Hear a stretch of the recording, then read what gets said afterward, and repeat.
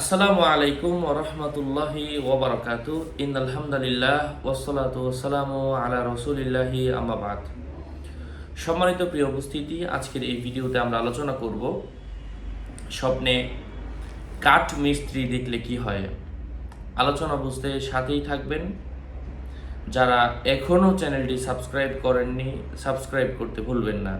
Verify চ্যানেলের description বক্সে click করলে পেজ এবং আইডি আসবে। এটা ছাড়া আলাদা অন্য কোনো পেজ নেই, আইডি নেই, ইমো নেই, হোয়াটসঅ্যাপ নেই, টিকটক নেই। নাম ছবি দেখে বিভ্রান্ত হওয়া যাবে না। প্রত্যেক ভিডিওতে আলাদা আমি সাবধান করি, সতর্ক করি।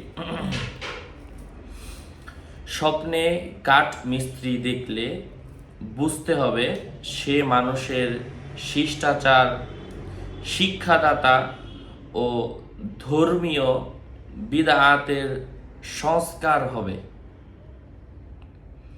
কাঠ বিক্রেতাকে দেখলে বুঝতে হবে সে মুনাফিকদের নেতা হবে।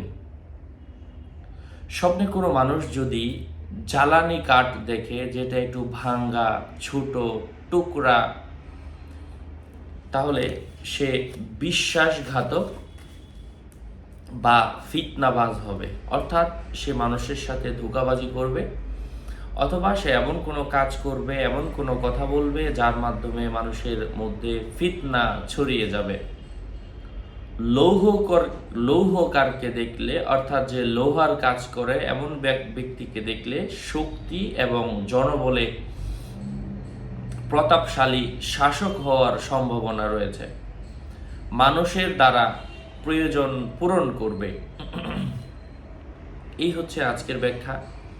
এখানে কয়েকটা ছিন্ন বিচ্ছিন্ন ছোট ছোট ব্যাখ্যা। যাই হোক, আরও আপডেট পেতে সাথেই থাকবেন। সকলের মঙ্গল কামনা করে এখানেই শেষ করছি। দেখা হবে অন্য কোনো এপিসোডে। আসসালামু আলাইকুম ওয়া রাহমাতুল্লাহি ওয়া বারাকাতুহু।